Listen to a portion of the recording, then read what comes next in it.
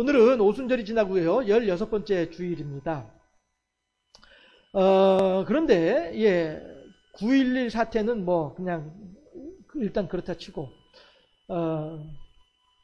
이번 주 중에 제가, 비대면, 비접촉, 이러한 내용으로, 이제 제가 설교를 한 편 들은 적이 있었어요. 그래서 제가, 시기적절한 그러한 내용의 설교구나. 참 하나님께서 이렇게도 역사하시는구나 라고 하는 그런 생각을 제가 많이 하면서 그 설교를 들었었는데요. 그래서 저도 오늘 이 본문 말씀을 잠언 1장 말씀을 두고 보면서 어떻게 설교를 하면 좋을까라고 하다가 그분의 그 설교가 생각이 나서 저도 그래서 제목을 비대면 시대의 하나님의 대면 방식, 하나님의 접촉 방식 뭐 이렇게 한번 설교 제목을 정해 보았어요. 사실 그와 연관되어서 얘기를 해보자면 작년 2월이죠. 2020년 2월부터 코로나가 우리 사회에 표면화되기 시작을 했었어요. 그렇게 하면서 지금까지 이 코로나 상황이 계속되고 있죠. 더군다나 지금은 4차 대유행해서 우리나라 같은 경우에도 계속 지금 뭐 어떤 때는 2,000명 이상씩 확진자가 나오기도 하고 하면서 이렇게 많은 사람들이 확진이 되기도 합니다. 그럼에도 불구하고 그나마 우리가 좀 긍정적으로 생각해 볼 수 있는 것은 중증으로 가는 비율은 훨씬 줄어들었다. 그러니까 코로나에 걸리긴 했는데 그냥 감기 몸살 앓고 나가듯이 그렇게 그냥 대충 앓고서 그냥 끝나버리는 이런 사람들이 많아졌더라라고 하는 거예요. 해서 코로나 때문에 죽었다.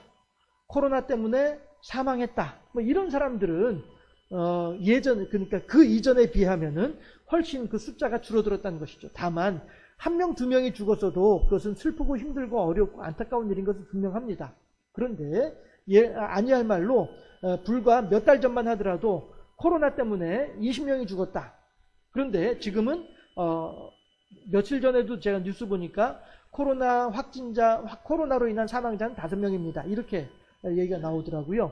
그래서 코로나가 아직까지도 우리 사회에 있는 것은 힘든 일이지만 그래도 그나마 잘 이렇게 통제가 되고 있구나, 컨트롤이 되고 있구나, 이런 생각도 하긴 합니다. 자, 어쨌든 이 코로나 시대를 맞이해서 우리들한테 매우 익숙한 단어가 있다고 한다면 그건 이제 비대면이죠. 비대면, 비접촉, 거리두기 뭐 이런 것이 우리들한테는 좀 이제 낯이 있고 익숙해지게 된 그러한 단어입니다. 그런데 문제는 제가 오늘 우리가 함께 생각해 보고 싶은 것은 이 비대면의 시대에도 사회는 굴러가거든요. 이 비대면의 시대에도 많은 사람들이 돈을 벌지 못해서 경제활동이 어려워서 힘들다, 어렵다라고 얘기한 사람들도 있지만 비록 뉴스에 나오지는 않아도 어쨌든 이 코로나 시대에 그래도 돈을 버는 사람들은 또 있어요. 그렇죠? 코로나 때문에 온 사회가 다 돈을 벌지 못하고 코로나 때문에 온 사회가 다 아무것도 못하게 되면은 나라 망하죠. 나라 망하죠. 그러나 올해에도 저희 국가 세금은 초과로 더 거두어진 세금이 있다는 거예요. 예상했었던 세금보다 더 많은 금액이 세금으로 들어오더라라고 하는 거예요. 그만큼 세금이 많이 들어온다는 말은 그만큼 경제가 돌아가고 있다는 거예요. 그러니까 어떤 사람들은 힘들어 어려워 죽겠어 라고 하는 사람들도 있긴 있지만 그러나 그 이외에도 또 다른 쪽에서는 사회 한쪽에서는 힘들고 어려워서 죽을 지경이지만은 또 다른 사회 한편에서는 그래도 뭐 이렇게 경제가 돌아가고 있다는 거예요. 그래서 도리어 더 잘 되고 있다는 거예요. 그러니까 세금 수입이 더 늘어나죠. 초과 세수가 있다라고 하니까. 어차피 세금 수입은 우리가 이제 교회에서도 재정 담당하시는 분들은 예결산 할 때에 결산이 얼마니까 예산을 얼마로 세웁시다 이렇게 하잖아요. 우리 교인이 몇 명이고 1년에 헌금을 얼마큼 하니까 이것이 올해 결산이 됐으니까 내년 예산은 이렇게 예산을 잡으면 되겠네요. 이게 다 뭐예요? 올해의 결과를 보고 내년을 예상하는 거잖아요. 국가에서도 마찬가지로 내년에 세금이 얼마가 거칠지는 올해 들어온 세금을 보고서 결정하는 거란 말이에요. 그래서 작년 말에 이제 올해 세금이 얼마 들어올 것이다 라고 이제 생각을 했는데 올해에 그 예상한 것보다도 더 많이 세금이 들어왔다? 그 말은 그만큼 경제가 더 잘 돌아갔다. 이런 얘기가 되는 거예요. 물론 다시 말씀드리지만 그런데 왜 우린 이렇게 힘들어? 그런데 왜 난 이렇게 어려워? 이렇게 하는 사람들도 있긴 있겠죠. 그러나 안타깝지만 10인 10색이라고 10사람이 있으면은 다 각각의 사정이 있고 상황이 있는 것 아니겠어요? 한두 사람은 어려워도 여섯 괜찮더라. 우리나라 전체로 봐서는 이렇게 생각을 해볼 수 있을 것 같아요. 어쨌든 이런 것처럼 하나님께서도 우리들이 비대면, 비접촉으로 살아가고 있는 이 시대 속에서도 경제가 힘들고 어렵다라고 말하는 사람이 있지만 그럼에도 불구하고 결과로 봐서는 경제는 잘 돌아가고 있는 것처럼 우리들도 우리들의 삶을 살아가는 속에서 하나님과의 비대면, 하나님과의 비접촉인 것처럼 여겨져서 내가 힘들고 어렵고 하나님 어디 계세요? 라고 얘기하고 하나님을 향해서 원망하고 싶은 마음이 생기고 이렇게 할 상황이 우리들 앞에 펼쳐진다 할지라도 그럼에도 불구하고 우리들의 전체 일생을 두고 볼 때에는 내가 하나님이 내 옆에 없는 것처럼 보여서 하나님이 나하고 비대면하고 계시는 것처럼 느껴져서 힘들고 어려운 그 순간은 내 전체 70년, 80년, 100년, 120년 인생을 두고 보자면은 하나님이 나와 비대면하는 것 같고 하나님이 나와 접촉하지 않는 것 같아서 내가 힘들고 어렵다라고 생각되는 그 순간은 불과 2년, 3년, 4년, 5년밖에 안 된다는 거죠. 전체 80년, 90년, 100년, 120년 인생을 두고 볼 때 그러면 나머지 거의 예를 들어서 100살 우리 이제 100세 시대라고 하니까 100살까지 산다고 치고 100살까지 산다고 치고 그 100살까지 사는 그 동안에 하나님을 향해서 하나님 대체 어디 계세요? 하나님 나한테 왜 이런 일을 주세요? 나 하나님 너무너무 힘들어요. 라고 깊은 실망과 좌절과 절망의 자리에 앉아있는 시간은 전체 100년의 시간 동안에 그 몇 년이 되겠냐 하는 거예요. 길어봐야 2, 3년이에요. 길어봐야 4, 5년이에요. 나머지 시간들은 하나님으로부터 평안하게, 하나님으로부터 평탄하게 이렇게 지내는 시간들이에요. 은혜를 받아서. 그런데 이 코로나 시대에 경제 힘들어 죽겠다라고 말하는 사람들만 뉴스에 나오다 보니 우리는 정말로 이 사회가 정말로 힘들고 어려운 것으로 생각을 해요. 그러나 다시 말씀드리지만은 국가 세금은 더 많이 거쳤다니까요. 국가 세금이 더 많이 거쳤다는 것은 그만큼 경제가 안 돌고 있지만은 내가 보지 못하는 곳에서는 경제가 더 잘 돌고 있다라고 하는 의미가 되는 거란 말이죠. 그러면은 내가 보지 못하니까 이 나라 경제는 망했어 라고 하는 말이 맞나요? 세금은 더 많이 늘어났는데 내게 안 보이더라도 내가 안 보이는 곳에서 더 잘 돌아가고 있는 이 상황은 결과가 얘기해 주는 거란 말이에요. 세금 수입이라고 하는 결과가 말해 주는 거란 말이죠. 그런 것처럼 우리들 인생도 마찬가지란 말이에요. 깊은 절망과 실망과 낭망의 자리에 있을 때에는 하나님은 내 옆에 안 계신 것처럼 여길 수밖에 없어요. 그러나 내가 나중에 인생이 80 넘어 90이 넘어 100살이 돼가지고 내 인생을 돌이켜보면은 야 그래도 내가 참 잘 살아왔네. 내가 그래도 참 괜찮게 살아왔네. 어떻게 이렇게 잘 살게 됐을까? 아 하나님 은혜로구나 생각하게 된다는 것이죠. 이 일을 당장 발등에 불이 되어져 가지고 이 상황을 겪는 이 순간은 너무나도 힘들고 어려운 순간이고 괴로운 순간인 것은 분명해요. 그러나 이 순간에조차도 하나님은 우리들과 함께 접촉하고 계시다라고 하는 사실이죠.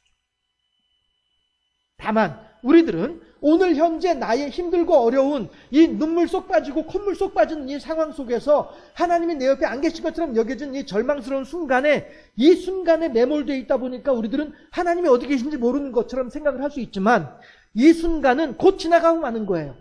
이 시간들은 곧 지나가고 말아요. 그러면 우리들은 한 5년 있다가 10년 있다가 우리들은 또다시 할렐루야 감사합니다 하면서 평안하게 지낼 수 있게 될 거예요. 그러면서 그 당시에 다시 또 오늘을 되짚어보면서 아이고 내가 그때 그 일들을 어떻게 감당했지? 그 시간들을 어떻게 지내왔지? 어이구, 난 모르겠어. 지내오고 보니까 지내왔네. 하나님 은혜로구나. 라고 고백을 할 수 있게 될 것이다. 사실 여러분들은 그렇게들 살아오셨잖아요. 다 그런 경험들 가지고 계시지 않습니까? 예, 지금까지 살아오시는 가운데, 예, 저도 마찬가지이고요. 우리들은 그렇게 살아왔단 말씀이에요. 지금 생각해보면은 그렇게 힘들고 어려웠던 시간들은 한 4, 5년 되려나? 예, 되는 거예요. 그럼 지금까지 그 뒤에 지금까지는 한 20년 전 일이네. 20년 전에 그 힘들고 어려운 일이 지금도 여전히 똑같이 힘들고 어려운 상황이라고 한다면 우리가 지금까지 신앙생활을 하고 있겠어요? 벌써 교회 밖으로 뛰쳐나가고 아파트 옥상으로 올라갔죠? 안 그렇겠어요? 그런데 우리들은 교회 밖으로 뛰쳐나가지 아니했고 우리들은 아파트 옥상으로 올라가지 않았어요. 우리들은 여전히 하나님 하면서 하나님을 의지하며 살고 있어요. 하나님과 더불어서 동행하며 살고 있어요. 왜 그래요? 우리들에게 숨 쉴 수 있는 여유를 주셨기 때문인 거예요. 하나님께서. 제가 한 번씩 여러분들한테 그런 말씀 드렸었는데 저는 해군 출신이에요. 예, 그것도 자랑스러운 해군 중사 출신이에요. 네. 그런데 저는 수영을 못해요. 그런데도 불구하고 저는 해군 중사로 만기 제대를 했어요. 해군에서는 1년에 한 번씩 꼭 사람을 일부러 바닷물 속에 빠뜨려요. 바닷물에 빠져가지고 군복 바지를 벗어서 바지가랑이 끝을 홀쳐 묶어요. 양쪽을 홀쳐 묶어서 손으로 바지에 벨트라인을 손으로 잡고서 물 뒤에서 이렇게 해가지고 물에다가 팍 내려치게 되면은 순간적으로 이 바지 속에 공기가 들어가요. 그리고 물에 젖어 있기 때문에 그 공기는 밖으로 빠져나가지 않고 그 공기는 그 바지 안에 그대로 모여있게 돼요. 그러면은 물 속에서 벨트라인을 오마 쥐어요. 한 손으로 오마 쥐고 그 다음에 두 다리하고 한 손으로 수영을 해가지고 그 바지를 이렇게 딱 내려치게 되면은 바지가랑이가 하늘로 올라가죠. 벨트라인은 아래로 내려오고요. 그러면 이제 바지 사타구니가 이제 물 위에 있는 거예요. 그럼 사람 목을 그 바지 사타구니에다 이렇게 올려놓고 그러고서 이제 한 손과 두 발로 헤엄을 쳐서 나와요. 물 밖으로 나와요. 이걸 이제 훈련을 하거든요. 해군은 전쟁을 하다가 배가 침몰하게 되면은 그렇게 해서 살아남아야 되니까. 이 훈련을 1년에 한 번씩 꼭 해요. 여름이면은. 어느 해군이나 예외가 없어요. 예, 특별한 어떤 특수부대 아니면은 웬만한 정규 부대면은 다 그걸 해요. 저는 4년 6개월 군생활 하는 동안에 그거를 5번을 했어요. 여름을 5번을 지낸 거죠. 그러면 저는 그 열애했을까요? 아니에요. 저도 그 훈련을 했어요. 물속에 풍덩 뛰어 들어가요. 수영 못하는데, 예, 그냥 들어가요. 들어가면 저는 바지조차도 못 벗죠. 예, 수영을 못하니까. 예, 보통 이제 수영하는 애들은 물 속에서 다리를 이렇게 휘저으면서 물 위에 떠가지고 바지 벗어서, 예, 막 이제 다리로 막 휘저어서 물에 떠가지고 그 묶어가지고 이렇게 해가지고, 예, 잘 나와요. 보통 애들은 다 그렇게 해요. 그런데 저는 수영을 못하니까 그냥 물속에 들어가서 허부적 하고 있는 거예요. 그러면은 훈련 조교들이 막 이제 밖에서 난리가 나는 거죠. 수영 못하는 해군을 보니까 난리가 나는 거죠. 막 그러면서 죄송해요. 현실감을 여러분들한테 전해드리기 위해서 그 상황을 그대로 제가 말씀드릴게요. 우리는 이제 그 훈련 받으러 들어갈 때는 계급장 없이 들어가거든요. 그러니까 그 조교들은 훈련 교관들은 저 사람이 지금 계급이 뭔지 몰라요. 그냥 다 훈련병들이에요. 그러니까 그들은 자기들끼리 하는 말이 뭐냐면은 야야야 저 새끼 저 수영 못한다 빨리 꺼내라 이래요. 그래서 저는 살아나는 거예요. 그걸 5번을 했어요. 5번을. 제가 드리고 싶은 말씀은 제가 수영 못하는 걸 자랑하려고 하는 얘기가 아니고요. 제가 그렇게 물속에 들어가서 코에 물 먹으면서 허우적거리고 있으면은 누군가가 꺼내주어요. 그래서 지금까지 죽지 않고 지금까지 살아있는 거예요. 만약에 그때 누군가가 저를 꺼내주지 않고 그냥 내버려뒀으면은 전 빠져 죽었겠죠. 그런데 제가 빠져 죽기 직전에 누군가 꺼내주어요. 네. 그렇게 해서 물론 해군에서 여름마다 훈련하는 것이 그거 말고도 2가지가 더 있는데 그 2가지는 다 이제 그 구명조끼 입고 하는 거니까 얘기할 거리는 아니고요. 저는 신앙생활 하면서 그 장면을 생각을 할 때에 하나님께서 우리들로 하여금 아무리 힘들고 어렵다 할지라도 막 코에 입에 물 들어가서 막 꼬르르 가라앉기 직전에 누군가가 나를 건져서 나를 살려주는 것처럼 하나님께서도 그렇게 우리들로 하여금 우리들의 인생의 고난과 어려움과 고통 가운데 있을 때에 그렇게 우리들을 그때그때마다 건져주신 줄로 믿습니다. 그러니 우리가 지금까지 이렇게 있는 것이고요. 그러니 우리가 아파트 옥상에 올라가지 않은 것이 안 올라간 거고, 그러니까 우리가 교회 밖으로 뛰쳐나가지 않은 거예요. 그때그때마다 우리들에게 숨 쉴 수 있는 여유를 주셨으니까. 이것이 우리들의 삶에 함께 하시는 하나님의 은혜다라고 하는 것이죠. 비대면의 시대에, 코로나19가 있어서 비대면의 시대에 우리들은 이 사람과도 멀리 떨어져 있고 저 사람과도 멀리 떨어져 있고, 어저께인가 뉴스를 보니까 올 추석에 고향에 가지 않겠습니다 하는 사람들이 80%더라고요. 설문조사를 해보니까. 이렇게 가족들하고도 떨어져 있게 되고 이렇게 지낼 수밖에 없는 상황, 이 힘들고 어려운 상황. 그럼에도 불구하고 우리들은 이 힘들고 어려운 상황 속에서도 하나님의 은혜는 여전히 우리들에게 같이 함께하고 계시다 라고 하는 사실을 오늘 본문을 통해서 우리들은 알 수 있겠다라고 하는 것입니다. 잠언서라고 하는 책 자체가 우리들을, 특히나 이제 한국인 부모들한테는 무척이나 인기 있는 책이에요. 왜냐하면 31장, 하루에 한 장씩 읽으면은 한 달에 한 독, 1년이면은 12독을 할 수 있는 게 잠언서거든요. 더군다나 잠언서를 보게 되면 1장 6, 이 책은 우리들에게 지혜를 주고 교훈을 받게 하고 하나님의 말씀이 무엇인지를 깨닫게 하고 이런 내용으로 나와 있거든요. 그러니까 우리 한국의 기독교 부모님들은 우리 자녀들이 잠언서를 읽음으로써 지혜와 명철이 충만해져서 하나님 말씀도 잘 깨달아 알거니와 더군다나 학교 선생님 말씀도 잘 깨달아 알기를 바라는 마음에 아이들에게 어려서부터 잠언을 하루에 한 독씩 한 장씩 읽으라고, 그래서 한 달에 한 독, 1년에 12독을 하라고 그렇게 막 재촉을 하죠. 그런데 그 부모의 그 마음을 알아주는 자식이 몇 명이나 있겠어요. 잠언 1년에 12독 하는 사람이 몇 명이나 있을런지 모르겠습니다만, 어쨌든지 간에 해서 잠언은 우리나라, 특히나 우리나라 사람들한테는 매우 인기 있는 그러한 책 가운데 하나입니다. 그런데 오늘 본문을 보게 되면은 전혀 이상한 내용이 나와요. 잠언 오늘 여러분들 본문 같이 읽어보셨습니다만은 이 내용들이 뭐예요? 하나님께서 말씀하시기를, 야, 너희들이 아무리 나를 찾아도 나는 너희들한테 대답하지 않을 것이야.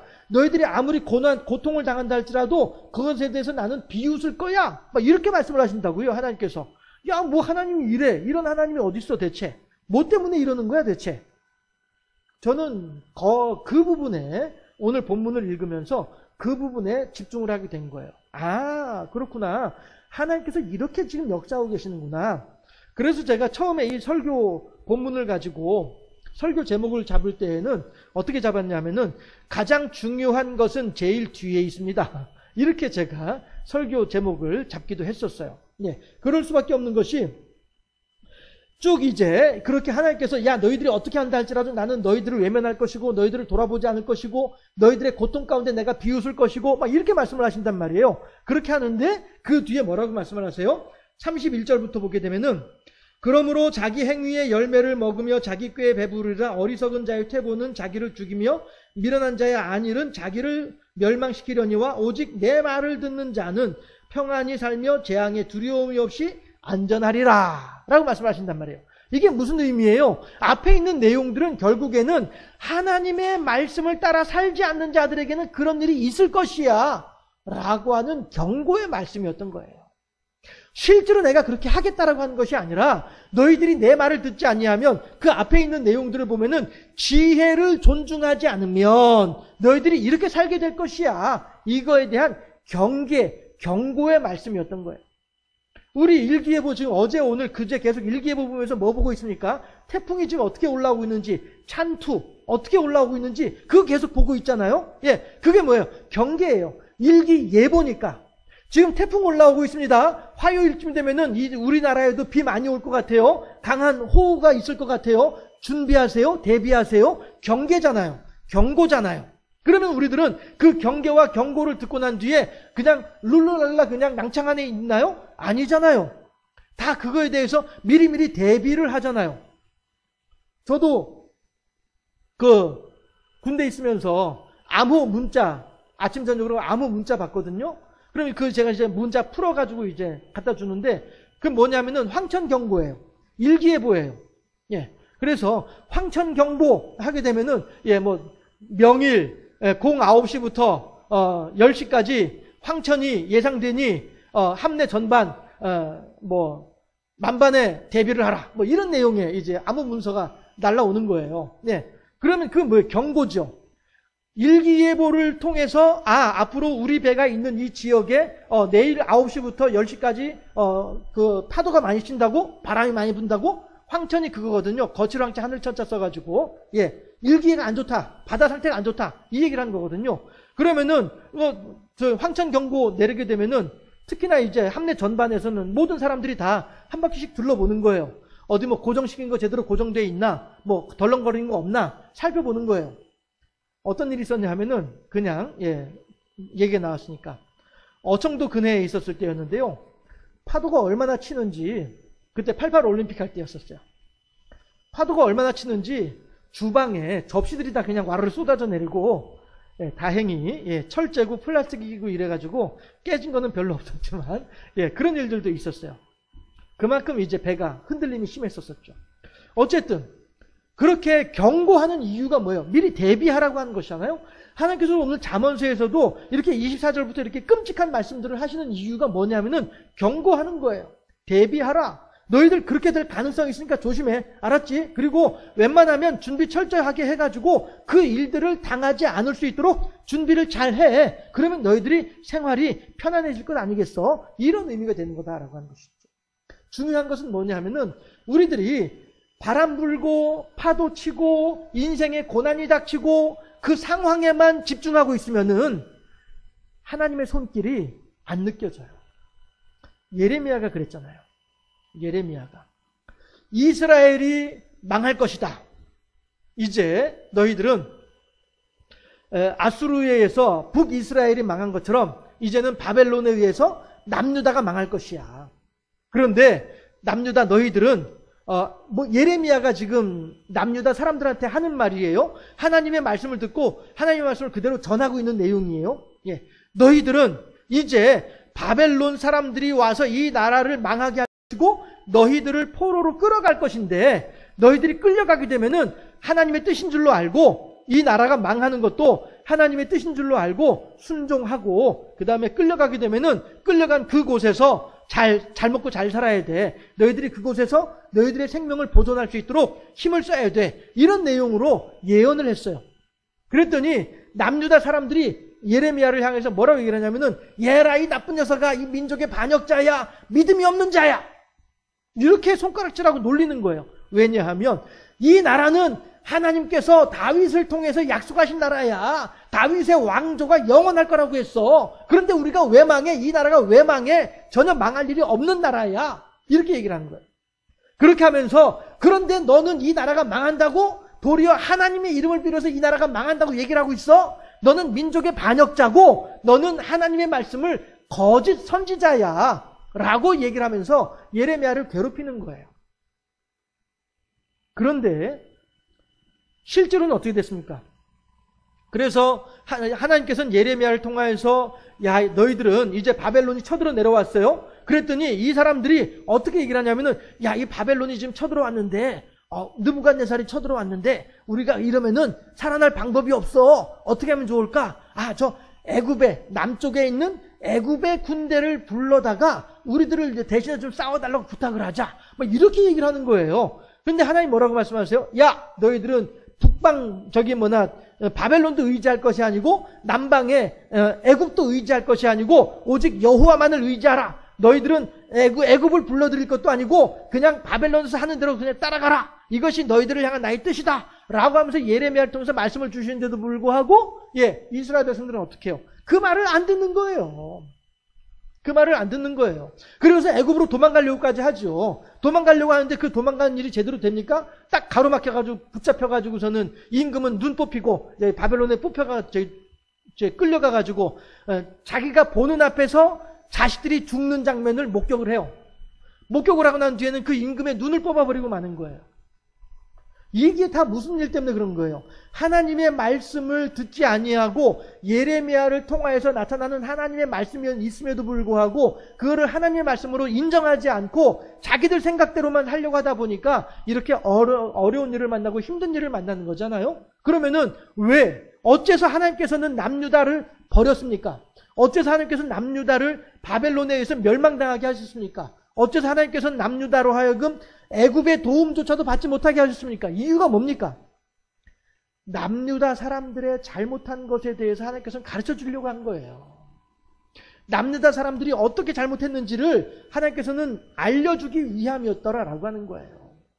그러면 우리들은 또 이렇게도 얘기를 할 수 있어요. 아니 그럼 대체 말이야 하나님 알려주려면 다른 방법으로도 알려줄 수 있지 왜 꼭 그렇게 해서 알려줘야 됩니까? 이유가 뭡니까? 라고 얘기를 할 수도 있겠죠. 그러나 우리 저 어렸을 때에 한창 유행하던 노래 제목이 있었어요. 유행가 제목이 있었어요. 아픈 만큼 성숙해지고 라고 하는 유행가가 있었어요. 아픈 만큼 성숙해지고. 제가 그 중학교 때 친구 녀석이 머리에 종기가 났어요. 그것도 왜 종기가 났냐면은 운동장에 굵은 마사토 있는 운동장에서 원산폭격을 했거든요. 선생님한테 기합받느라고 원산폭격을 했다가 이게 이제 덧나가지고 머리에 종기가 났어요. 그때 우리 중학교 때는 머리 빡빡 깎고 다녔었거든요. 중3 때부터 이제 머리를 길렀죠. 김옥길 그 교육부 장관이 두발 자유화, 그 다음에 교복 자유화 뭐 이렇게 해가지고 그랬었었죠. 그것도 사실 이제 전두환이가 그 정권 빼앗고 난 뒤에 이제 국가 민심 자기한테 이제 인기 끌기 위해서 했던 조처 중에 하나였긴 했습니다만은 아무튼지간에 그래 우리 친구가 중학교 1학년 때인가 2학년 때인가 머리에 종기가 나가지고요. 그 종기가 보통 큰 종기가 아니었었어요. 머리 빡빡 깎고 다니니까 다 보이잖아요. 그러니까 이 친구 어머니가 당신 허벅지에 얘를 이제 눕혀놓고서는 머리를 두 손으로 이제 쥐어 짜는 거예요. 두 손 가지고 손가락 이제 막 2개, 3개 막 해가지고서는 그 종기를 쥐어 짜는 거예요. 막 애는 죽으려고 하죠. 그런데 그 어머니가 저한테 하시는 말씀이 야, 너 얘 다리 잡아. 움직이지 못하게 몸통 잡아. 그래 저는 이거 붙잡고 있고 그래 막 짜내는 거예요. 애는 막 죽으려고 하는 거예요. 아프다고. 그런데 그거를 깨끗하게 다 짜내고 나니까 진짜 이만한 구멍이 뚫리더라고요. 머리에. 머리 한가운데 이만한 구멍이 뚫릴 정도로 그렇게. 왜 저기 우리 어렸을 때 그 이명래 고약, 조명래 고약인가요? 고약 붙였다가 그 다음날 떼내면 구멍 뻥 뚫리잖아요. 딱 그런 식으로 머리에 그렇게 구멍이 뻥 뚫리더라고요. 그러고 나니까 거기에 이제 3살이 돋으면서 종기가 나은 적이 있었거든요. 사람이 종기가 나면 그렇게 아프고 힘들고 괴롭더라도 매매 짜내야만이 3살이 돋으면서 종기가 낫게 되는 것 아니겠어요? 마찬가지로 사람도 하나님을 향하여서 죄를 범하게 되면 그 죄에 대해서 해가지고서는 나중에 더 큰 죄를 짓는단 말씀이에요. 바늘도둑이 소도둑이 되는 거니까. 예화 중에 그런 예화가 있어요. 큰 죄를 지어서 사형을 언도받은 죄인이 있었어요. 그래서 이제 내일이면은 사형을 집행하게 됐어요. 그런데 사형 집행하기 전날, 그러니까 죽기 전날인 것이죠. 교도관이 이제 당신 내일이면은 사형 집행할 건데 마지막 소원이 있느냐라고 했더니 이 소원이 있습니다. 뭐냐? 제 어머니를 보고 싶습니다. 그래서 이제 어머니를 모셔왔어요. 그랬더니 어머니가 이제 내일이면 내 아들이 죽는다고 하니까 눈물 콧물 하면서 이제 아이고야 어떻게 하면 좋으냐 하면서 울고 있어요. 그랬더니 아들이 하는 얘기가 엄마 나 소원이 한 가지 있는데 뭔데? 내 마지막으로 엄마 젖 한번 빨아보고 싶어. 이런 거예요. 이러니까 비록 할머니이긴 하지만서도 그래도 어쨌든 이 교도관이고 뭐고 사람들이 보는 앞에서 이 아들이 다 큰 아들이 젖을 빨겠다고 하니까 민망하면서도 그래도 뭐 죽어가는 아들의 마지막 소원인데 싶어가지고 그래 하고서 이제 어렸을 때 젖을 물리듯이 이렇게 젖을 물렸어요. 그랬더니 이 아들이 엄마의 젖꼭지를 이빨로 끊어버린 거예요. 물어서. 그래서 다들 깜짝 놀랐죠. 무슨 일이야 대체 이게 왜 이래? 엄마도 놀래고요. 아들이 하는 말이 사형수가 하는 말이 내가 어렸을 때 무엇인가 잘못을 하면은 우리 어머니는 나한테 너 그거 왜 그랬느냐 한 번도 따끔하게 혼낸 적이 없다. 그래서 나는 어려서부터 무슨 잘못을 하도 나를 혼내는 사람이 없다 보니 나는 이렇게 잘못을 해도 괜찮은 줄 알고 커왔다. 그러다 보니 내 잘못하는 일이 커져가지고 결국에 내가 사형을 당할 만큼의 큰 죄를 짓게 되었다. 그 생각해보니 어렸을 때 내 엄마가 나한테 이거 잘못한 일이다라고 따끔하게 가르쳤으면 어쩌면 난 오늘 사형수가 안 되었을런지도 모르겠다. 그런 안타까운 마음에 내가 엄마를 향한 원망스러운 마음에 엄마의 젖꼭지를 물어뜯었다. 이런 얘기를 하는 게 예화로 있습니다. 하나님께서 이스라엘 백성들에게 예레미야를 통하여서 또 오늘 잠언서를 통하여서 하시는 말씀이 뭡니까? 너희들의 잘 못한 부분에 대해서는 확실하게 가르쳐줘야 되는 거예요. 아이고, 이 조그만 녀석을 어딜 때릴 때가 있어서 얘를 때려. 아이고, 못 때려. 나 어떻게 하지 못해. 그냥 내버려둬. 나 크면 잘하겠지. 크면 고치겠지. 그냥 내버려둬. 이렇게 해가지고서는 될 일이 아니라는 것이죠. 하나님은 지금 이스라엘 백성들을 향하여서 잠언서를 통해서 예레미야를 통해서 그걸 말씀하고 계시는 거예요.